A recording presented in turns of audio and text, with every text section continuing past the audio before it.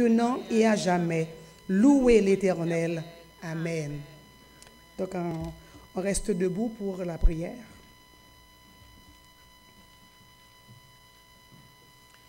Bon et tendre Père Céleste, c'est avec un corps reconnaissant que nous nous présentons devant toi dans ton Saint-Temple et dans le but de continuer à nous nourrir de ta parole. Nous te remercions pour la journée passée en bien sous ton divin regard. Tu as conduit nos pas jusqu'ici et nous te demandons autant de Père de bien vouloir nous pardonner, nous laver, nous purifier de tout péché, de toute iniquité et veille conduire encore les pas de ceux-là qui doivent arriver pour assister à ces séries de conférences. Nous voulons remettre devant toi aussi le conférencier de ce soir et qu'il soit toujours sous l'influence continue de ton Saint-Esprit et qu'il puisse nous parler directement de toi et que nos cœurs soient transformés à salut. Au nom de Jésus, nous t'en supplions.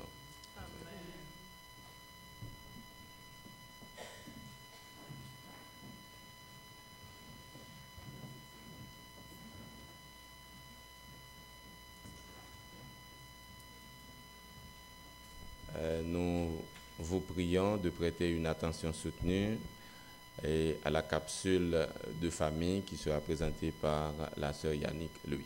Merci.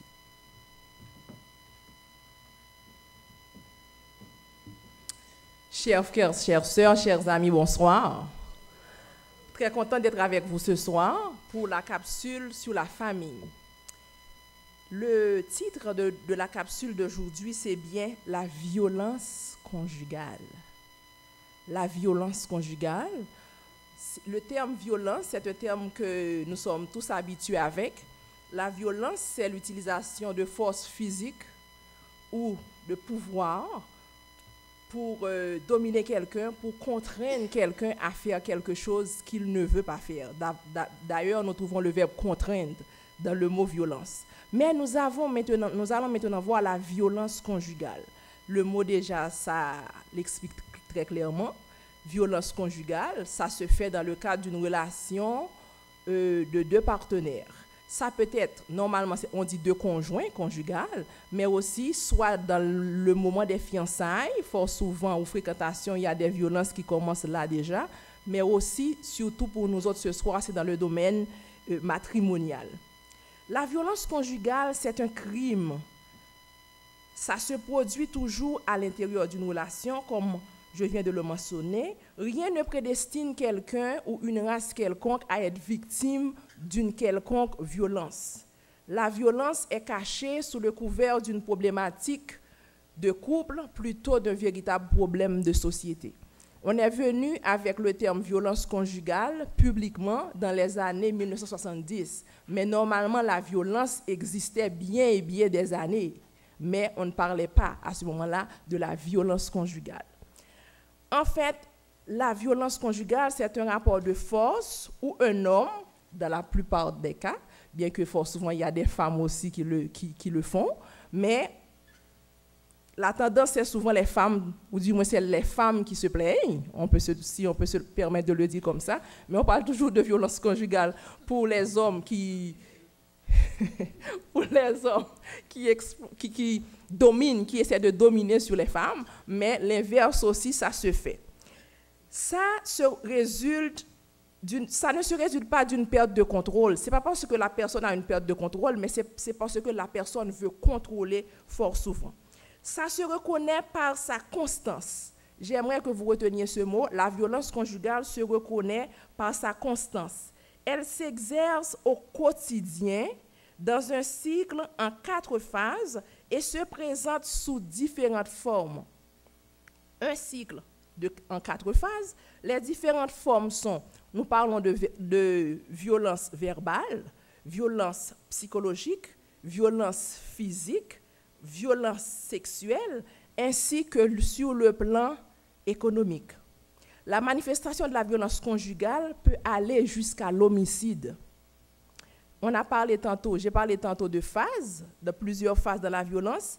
On parle dans un premier temps de climat de tension qui existe. Le climat de tension, c'est comme la personne rentre dans la maison et puis trouve soit la toilette est en désordre, il commence à froncer ses sourcils, il n'est pas de bonne humeur. On dit l'épouse elle-même est aux aguets. Qu'est-ce qui se passe? Pourquoi mon mari est comme ça, a les soucis foncés? Et puis finalement, l'autre phase, c'est l'agression ou la crise. La personne est de mauvaise humeur, l'épouse est aux aguets, l'épouse a peur, et puis après, qu'est-ce qui se passe? La période de crise, soit la personne frappe, le conjoint frappe la femme, ou du moins, l'agression verbale, élève la voix, crie ou fait quelque chose. Mais quand même, c'est une autre phase. Après, il y a la phase de la justification et la phase de réconciliation. La phase de justification, c'est comme la personne était fâchée, et puis soit elle a crié ou elle a frappé le partenaire. Après, elle essaie de justifier sa situation, son acte. Et il va dire, le conjoint, il va dire fort souvent, c'est pas ma faute, j'étais dépassée aujourd'hui, c'est parce que j'ai eu une mauvaise journée, c'est pourquoi j'ai élevé la voix, c'est pourquoi je t'ai frappé. Il essaie de se justifier. Et la deuxième, et la dernière étape, c'est la réconciliation. Dans ce cas, tu m'excuses, tu me pardonnes, c'est pas ma faute, tu me pardonnes, c'est correct. Là, on ne va pas parler de violence conjugale, parce que le mot que je vous avais dit tantôt, il faut retenir, c'est la constance. Il peut arriver qu'un partenaire dans le mariage, on est débordé, et puis ça arrive que, je ne dis pas frapper, qu'on élève la voix, qu'il y a une violence verbale, mais ça ne doit pas se répéter. La violence verbale, c'est la plus banalisée. La violence verbale, la violence, ce n'est pas surtout quand on donne des coups, mais il y a aussi la violence psychologique, il y a aussi la violence verbale. Fort souvent, on a tendance à confondre la violence psychologique et la violence verbale, parce que la violence psychologique, c'est quoi? La personne vous injure, vous traite de toutes sortes de noms pour attaquer votre estime de soi. Ah là, je sais que vous n'êtes pas propre, vous êtes négligente, vous êtes ceci, vous ne cuisinez jamais bien. Est-ce que vous comprenez? La personne rentre dans toute cette chose. Ça, c'est la violence verbale, mais aussi qu'il y a un aspect psychologique.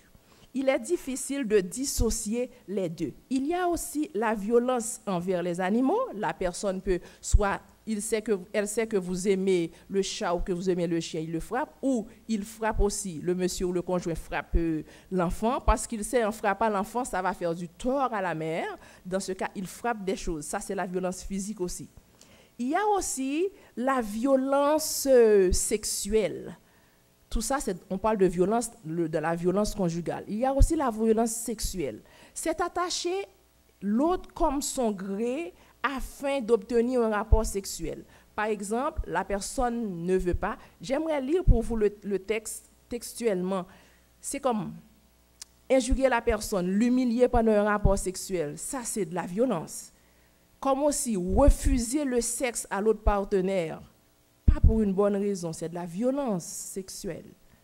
Je sais que fort souvent, nous autres les femmes, nous sommes bonnes dans ça. Hein? Il y a quelque chose, il y a une petite chicane, et puis le soir, vous ne me touchez pas. Si on a une bonne raison, on est fatigué, il y a autre chose, c'est correct. Mais si vous n'avez pas une bonne raison valable, c'est parce que le monsieur, vous avez fait quelque chose qui vous déplaît, et pour réagir, vous osez lui refuser le sexe, ça c'est la violence. C'est la violence sexuelle. Il y a aussi la violence économique.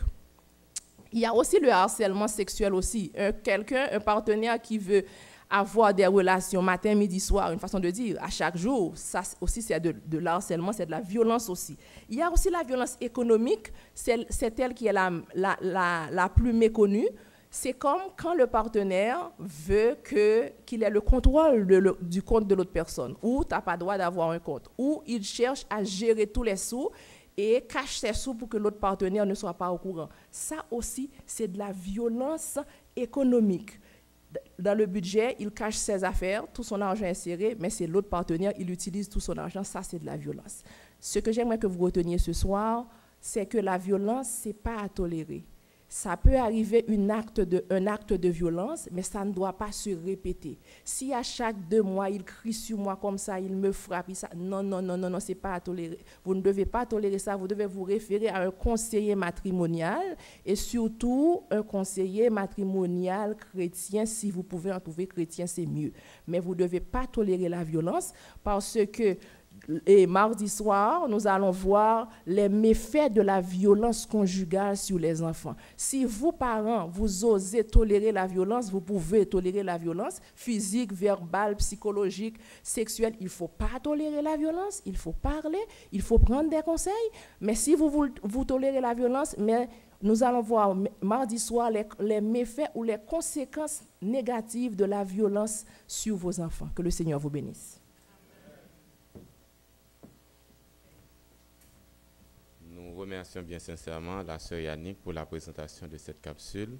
Le moment est venu où nous devons laisser la place au chantre pour le moment de louange.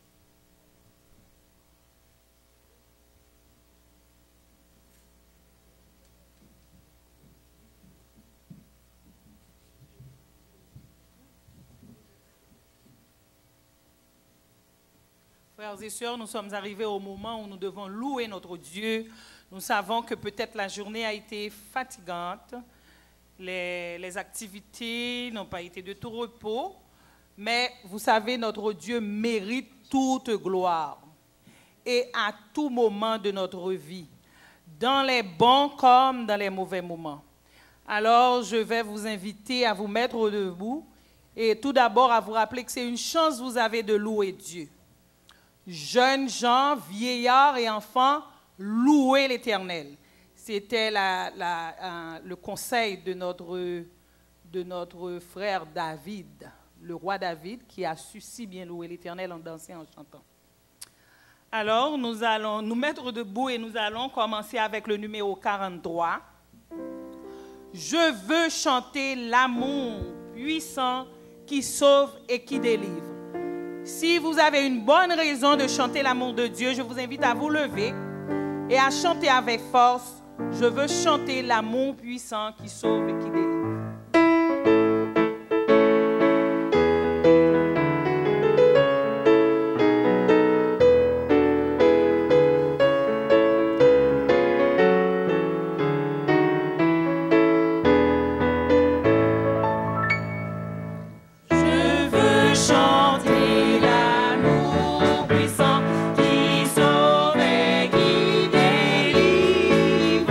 Qui remplit mon cœur.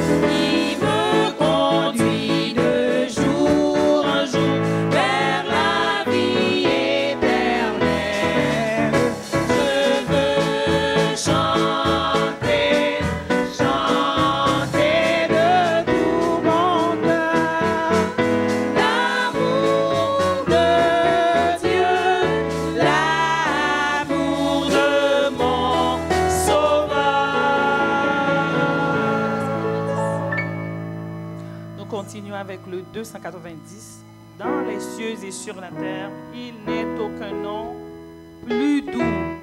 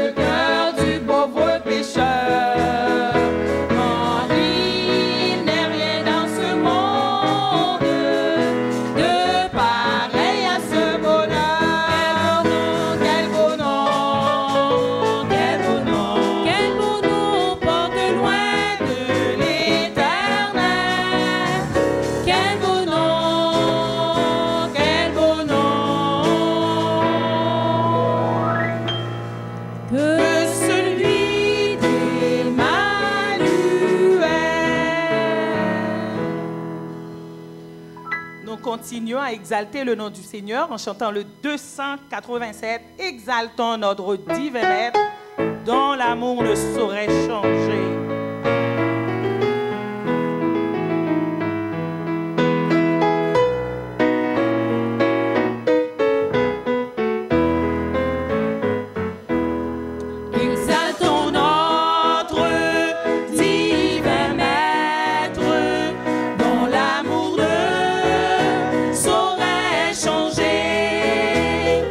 Il nous est doux de le connaître.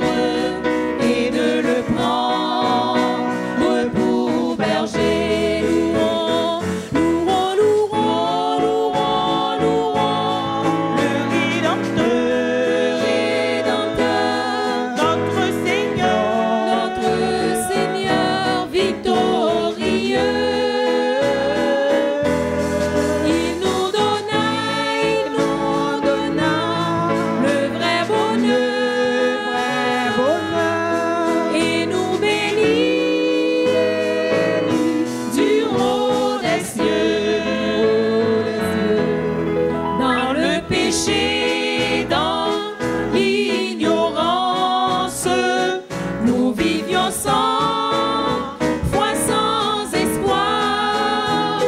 Mais il a vu notre souffrance, et près de nous, il vint s'asseoir.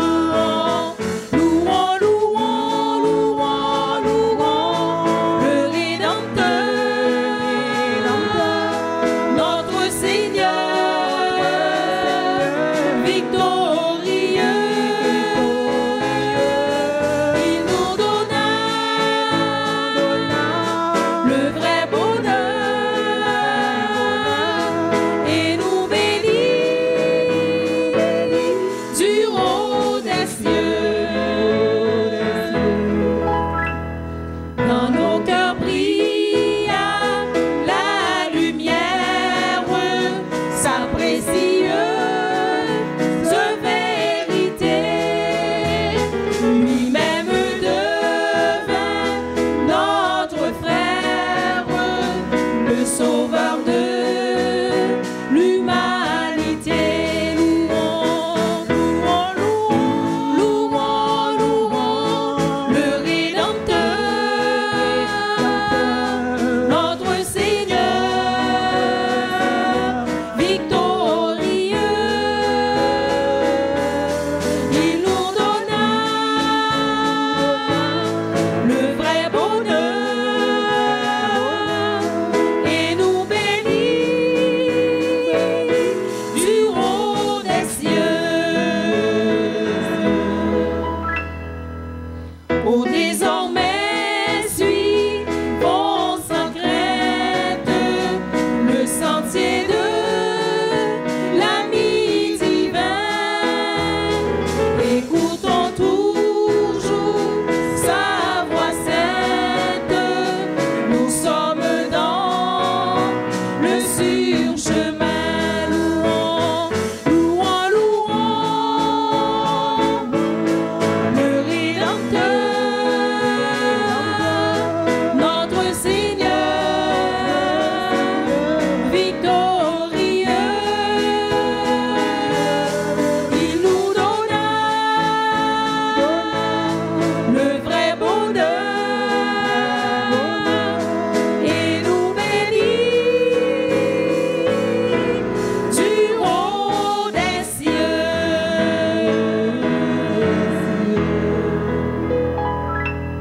Amen.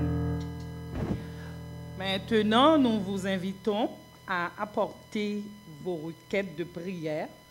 Ça va être le moment d'intercession. Moment d'intercession où Dieu invite ses enfants à s'approcher avec assurance de son trône. Alors, nous allons chanter le cri de mon âme se lève vers toi.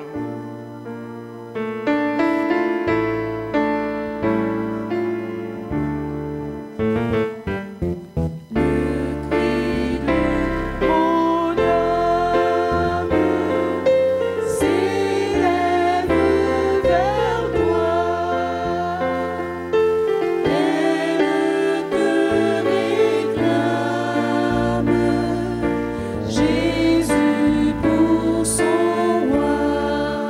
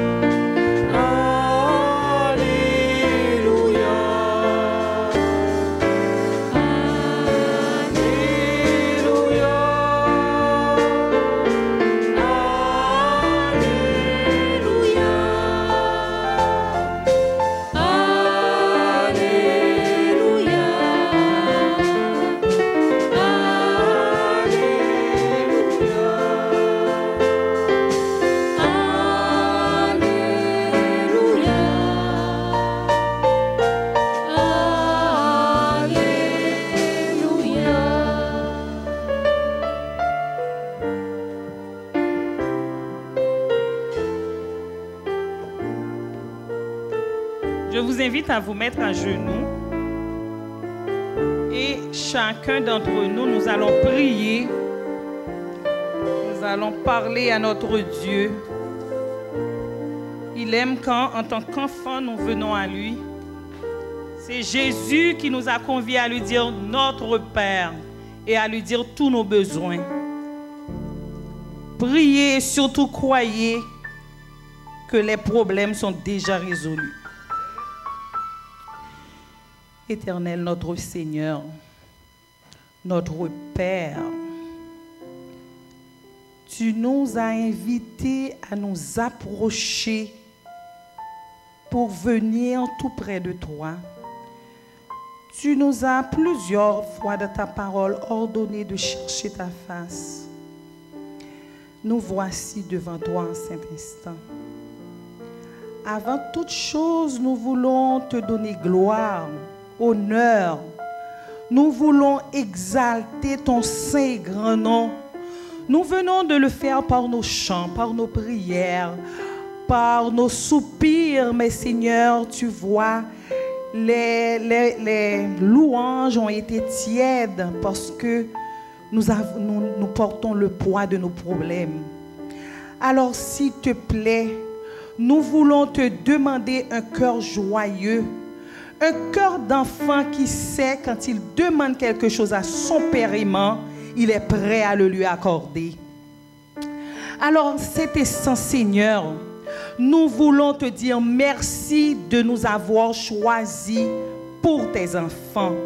Nous voulons te dire merci de nous donner ta fidélité sans compter, parce que tu es un Dieu immuable qui ne change pas. Nous bénissons ton nom pour cela. Nous voulons te dire merci pour tous les bienfaits dont tu nous as comblés. Il y en a beaucoup que nous ne connaissons pas, Seigneur. Est-ce pourquoi nous voulons être reconnaissants envers toi en cet instant? Nous étions partout aujourd'hui, chacun dans ses activités respectives, mais tu as été là, tu nous as accompagnés, tu nous as défendus, tu as pourvu à tous nos besoins. Merci, Seigneur. Maintenant, Seigneur, nous sommes devant toi pour t'offrir nos requêtes.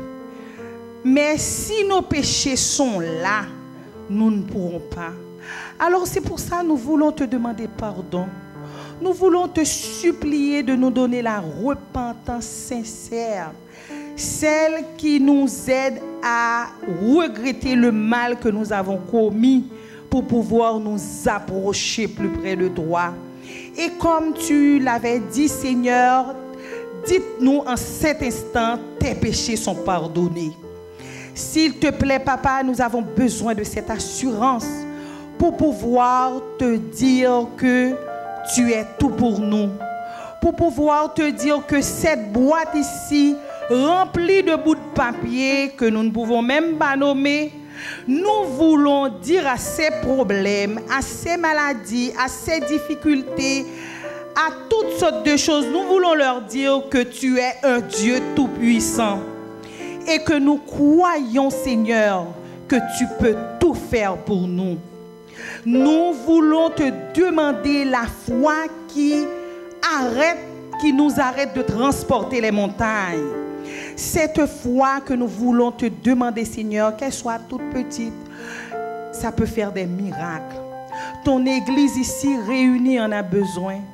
Tu vois tout ce dont nous souffrons, nos familles, nos jeunes, nos enfants, nos vieillards, les familles qui sont dans le deuil.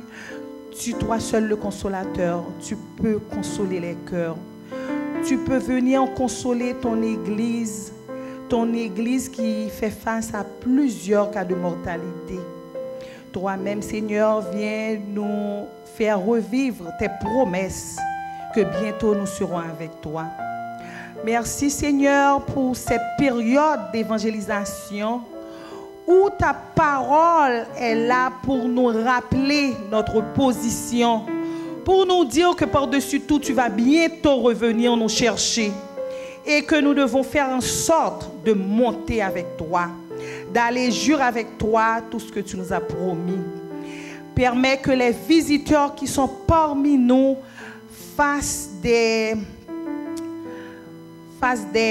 témoignages pour qu'à la fin de cette campagne d'évangélisation, ils puissent venir témoigner et dire qu'ils ont fait des expériences avec toi, Seigneur, parce que toi, tu es le Dieu à qui rien n'est impossible. Nous voulons te présenter d'une façon spéciale le pasteur Jean-Hercule Toussaint. Nous sommes à la 2e semaine de la campagne d'évangélisation. Peut-être qu'il ressent déjà des signes de fatigue. Sa voix peut baisser un peu. Mais Seigneur, si toi, tu le remplis de ton Saint-Esprit, il sera ragaillardi et il pourra continuer à combattre le bon combat. Avec toute l'équipe, Seigneur, qui est autour de cette campagne d'évangélisation, remplis-nous de ton Saint-Esprit, nous en avons besoin. Permets que nous nous mettons à part. Montre-nous comment te chercher dans toutes nos activités et que nous soyons des modèles et des exemples pour ta cause. Entends-nous du haut des cieux. Encore une fois, Seigneur, avec la foi, relève-nous de cette position, que toutes les prières faites en ce moment devant toi montent et redescendent en rosée de grâce et de bénédiction. Au nom de Jésus, notre divin Sauveur, lui qui vit et demeure au siècle des siècles. Amen.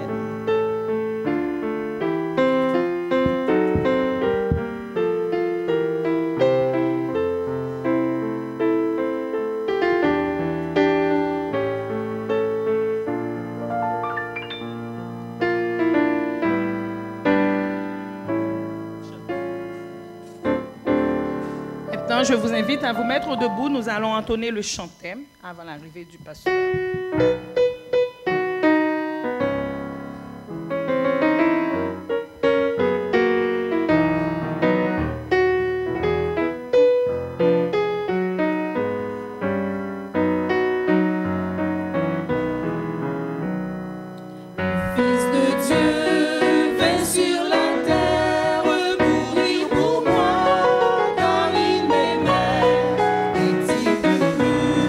Profond mystère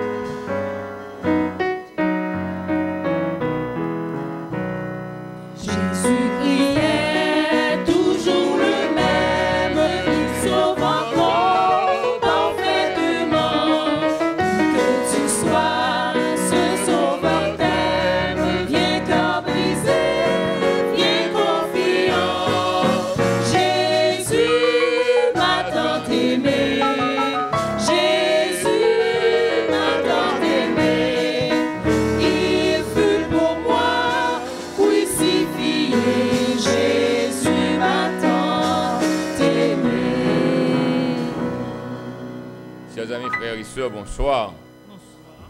Vous pouvez vous rasseoir. Bienvenue, bienvenue dans la maison du Seigneur. Le Seigneur est à nos côtés. Il veut se servir de nous pour accomplir sa volonté. Nous disons que son Saint-Nom soit exalté.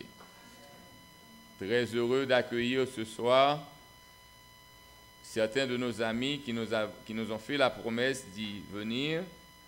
Et ce soir, nous sommes très heureux de les accueillir. Que la gloire soit à Dieu. Nous allons étudier un sujet assez important aujourd'hui. Le sujet que nous allons présenter ensemble a pour titre « Le frère aîné de la grâce ». Le frère aîné de la grâce. Je vous invite à ouvrir la parole de Dieu dans Jean chapitre 8 et je vous lirai les versets 1 à 11. Quel passage ai-je dit? Versets 1 à 11. Suivez avec attention la lecture de la parole de Dieu. Jésus se rendit à la montagne des Oliviers, mais dès le matin, il alla de nouveau dans le temple et tout le peuple vint à lui. S'étant assis, il les enseignait. Alors, les scribes et les pharisiens amenèrent une femme surprise en adultère. Et, la plaçant au milieu du peuple, ils dirent à Jésus, « Maître, cette femme a été surprise en flagrant délit d'adultère. Moïse, dans la loi, nous a ordonné de lapider de telles femmes. Toi, donc, que dis-tu? » Il disait cela pour l'éprouver, afin de pouvoir l'accuser. Mais Jésus, s'étant baissé, écrivait avec le doigt sur la terre. Comme il continuait à l'interroger, il se releva et leur dit, « Que celui de vous qui est sans péché jette le premier la pierre contre elle. » Et s'étant de nouveau baissé, il écrivait sur la terre. Quand ils entendirent cela, accusés par leur conscience, ils se retirèrent un à un, depuis les plus âgés jusqu'au dernier. Et Jésus resta seul avec la femme qui était là au milieu. Alors, s'étant relevé et ne voyant plus que la femme, Jésus lui dit, « Femme, où sont ceux qui t'accusaient? Personne ne t'a-t-il condamné? » Elle répondit, non, Seigneur. Et Jésus lui dit, je ne te condamne pas non plus. Va et ne pêche plus. Le frère aîné de la grâce. Notre Seigneur, notre Dieu. Ta parole est une eau cristalline. C'est la raison pour laquelle ton serviteur Jacques l'a comparé à un miroir. Nous pouvons nous contempler à travers cette parole. Elle nous révèle qui nous sommes, à quel point où nous sommes dans notre pèlerinage avec toi. S'il te plaît, Jésus, plus que jamais, nous avons besoin de ta présence maintenant. Merci, en dépit de la pluie, tu as permis à tes enfants de faire le déplacement. Merci de ce que un humain leur parlera, mais l'Esprit Saint les convaincra. Merci de ce que nous tous, nous dépendons de toi pour la compréhension de ta parole. S'il te plaît, efface particulièrement en moi tout esprit qui me porterait à contempler la somme de connaissances que tu m'as donnée. Mais veuille me rappeler que ce que je suis et ce que j'ai, tout cela ne vient que de toi pour la pleine édification de tes enfants. De telle sorte que ni eux, ni moi, nous ne sommes rien. Toi, Jésus, tu es tout. Viens et parle-nous. Pour ta gloire, nous te prions. Le frère aîné de la grâce.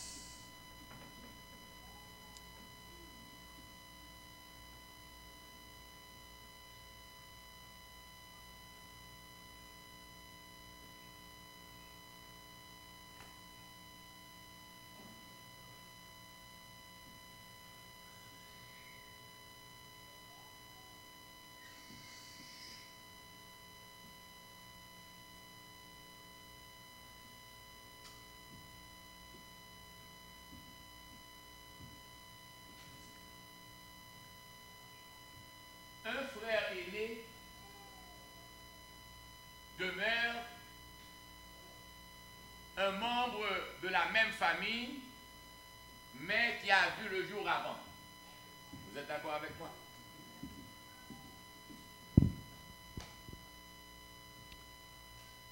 Un frère aîné n'est pas forcément égal aux autres frères, mais peut toujours ressembler aux autres frères. D'ailleurs, vous et moi, nous admettrons qu'un profond respect est dû aux frères aînés. Et dans notre langue vernaculaire, beaucoup d'entre nous l'ont répété, « Si m'te touye maman, l'aime tap fait ou pas tap là ». Juste une expression qui définit le respect qui est dû aux frères aînés. Mais s'il y a dans la vie, comme je le dis toujours à mes enfants, des droits, il existe des devoirs. Et si j'ai des devoirs envers vous, vous devez vous attendre à ce que j'exerce également mes droits. Car il n'existe pas de devoir sans droit, ni de droit sans devoir. Si en tant que mari, c'est mon devoir d'aller travailler pour prendre soin de vous, c'est mon droit également de vous dire que vous ne pouvez pas vous déplacer. Parce que le devoir que j'ai envers vous et que j'entends exercer m'habilite à avoir des droits que je dois pouvoir exercer. Vous ne pouvez espérer que je m'acquitte de mes devoirs envers vous sans que vous ne reconnaissiez mes droits. Si je suis frère aîné, je dois avoir un comportement pour que les autres membres de la famille puissent avoir une référence.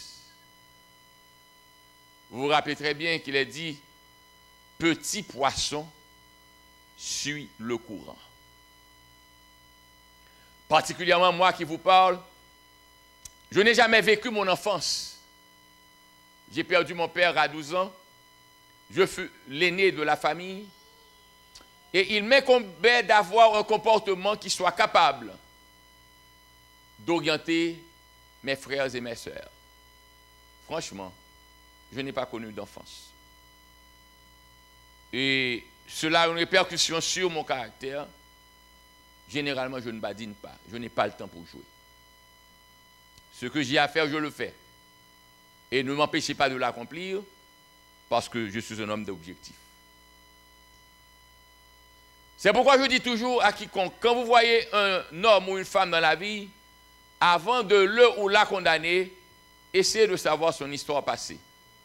Ce qu'on appelle le background. Ne regardez pas seulement à sa forme, à sa beauté. Ne regardez pas seulement à son poids, mais sachez à connaître qui il est, d'où il est sorti, pour savoir si vous serez en mesure de vivre avec lui ou elle. Ce soir, je veux vous parler du frère aîné de la grâce. Ceci veut dire la grâce a une référence quand je parle de son frère aîné. La grâce a pour référence le frère aîné, mais qui est le frère aîné? Ne vous empressez pas, attendez que l'auteur de l'affaire lui-même révèle ce qu'il veut dire. Le frère aîné a précédé la grâce et vous admettrez avec moi que deux frères appartiennent généralement